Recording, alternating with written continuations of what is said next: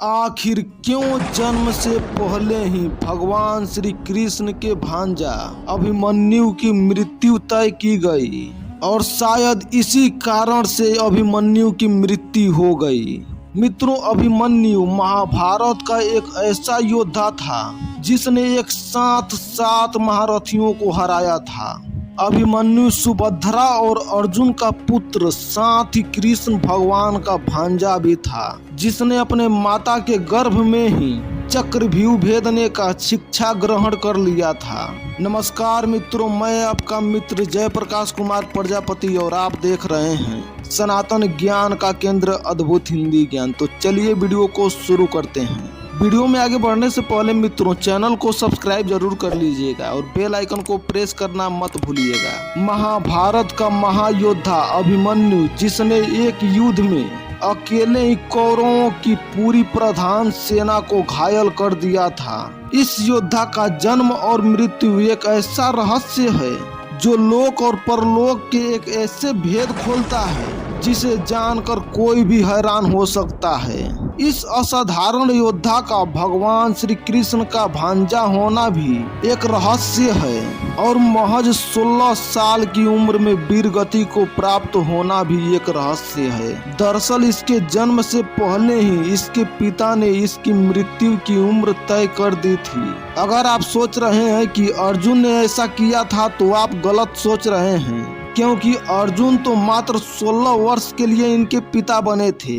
इनके असली पिता यानी मूल पिता तो कोई और ही है, जिनकी प्रेम की वजह से अभिमन्यु मात्र 16 वर्ष की उम्र में ही वीर गति को प्राप्त हो गए।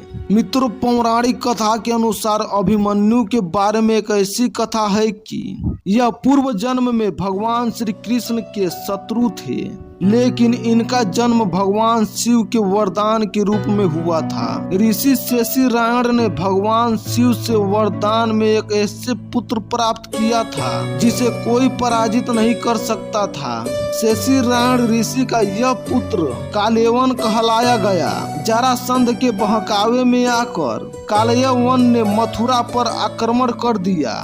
भगवान श्री कृष्ण ने चतुराई से कालेवन को राजा मुचकुंद की गुफा में ले गए। कालेवन ने सोए हुए राजा मुचकुंद को भगवान श्री कृष्ण समझकर जगा दिया।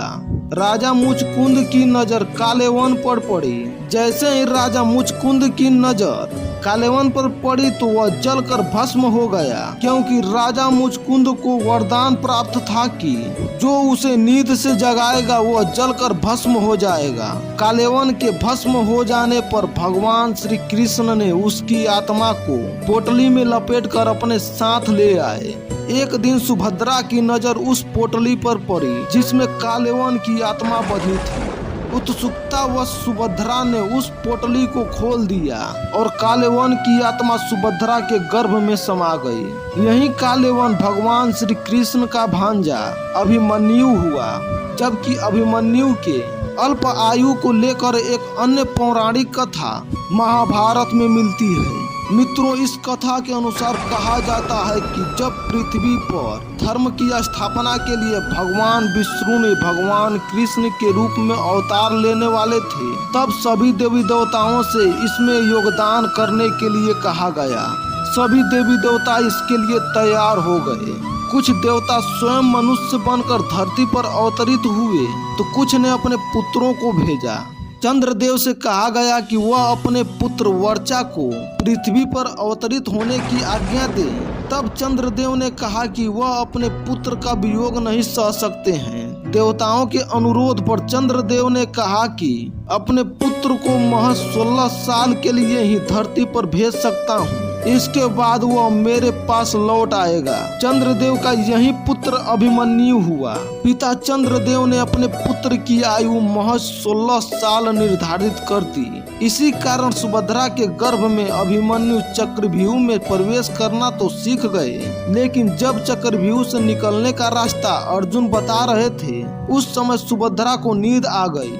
इससे अभिमन्यु चक्रव्यूह से निकलना सीख नहीं पाए और महाभारत के युद्ध के दौरान इसी व्यूह में फंसकर वीर गति को प्राप्त हो गए। अभिमन्यु के अल्प आयु होने के रहस्य को भगवान श्री कृष्ण जानते थे, इसलिए जब भी अभिमन्यु चक्रव्यूह से निकलने का रास्ता भगवान श्री कृष्ण से जानना चाहा तो भगवान श्री कृष्ण उसे बार बार टालते रहे और विधि का विधान सफल हुआ।